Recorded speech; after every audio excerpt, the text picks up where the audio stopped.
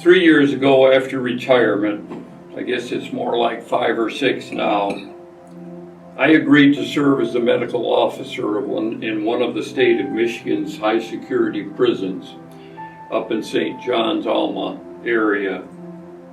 It was a high security prison with 1,300 inmates. There were 6 gun towers around the prison security and double rows of 14-foot fences wrapped with razor wire. The majority of the inmates had life sentences, and but a few of them had been institutionalized for a violent crime such as murder or rape. God led me to do a very simple thing. As a medical officer, the prisoners would come to see me as they requested. And God led me to do a very simple thing.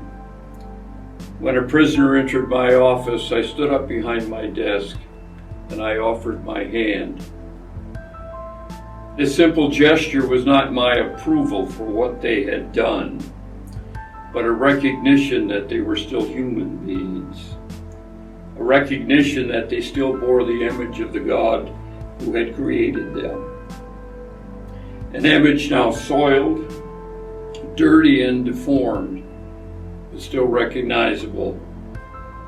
I often said to them, I still believe you're God's children, just disobedient ones. One day the leader of the Aryan gang came into my office, and after shaking hands, he said, "Doc, do you remember when I walked in your office a couple of months ago? You stood up and you shook my hand."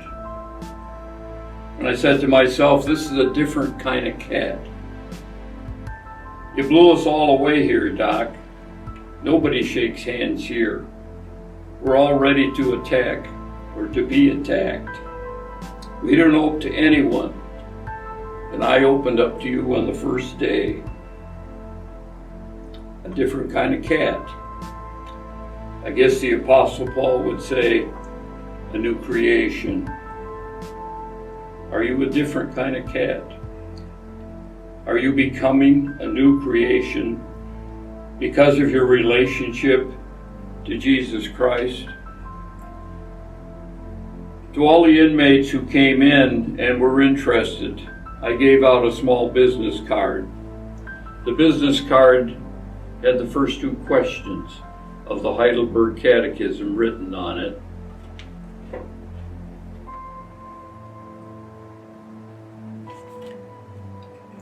What is your only comfort in life and in death?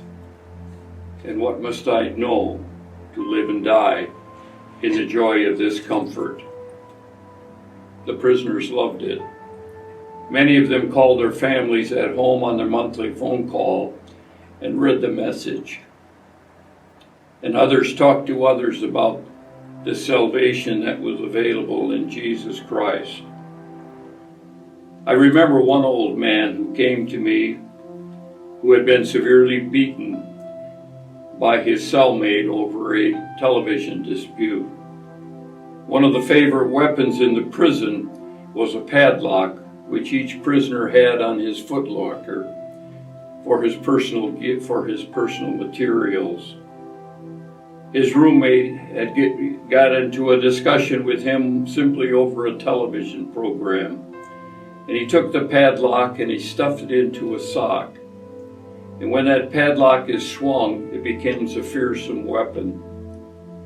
He was very smart, and he beat his cellmate from his shoulders to his waist so the prison guards would not notice his distress. But this padlock was heavy enough to easily break bones in the face or the ribs, and it broke one of his ribs, and the patient had difficulty breathing. A guard noticed this, and he brought him to my office. After I had attended to his care and made him comfortable, he says, "Doc, I got something to show you."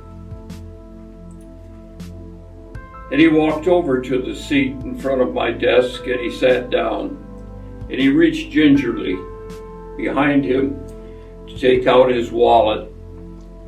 And from the wallet he extracted a Heidelberg Catechism card. He says, "Doc, you remember giving this to me? I read it every day, and it has given me a lot of comfort. And I believe he's coming again."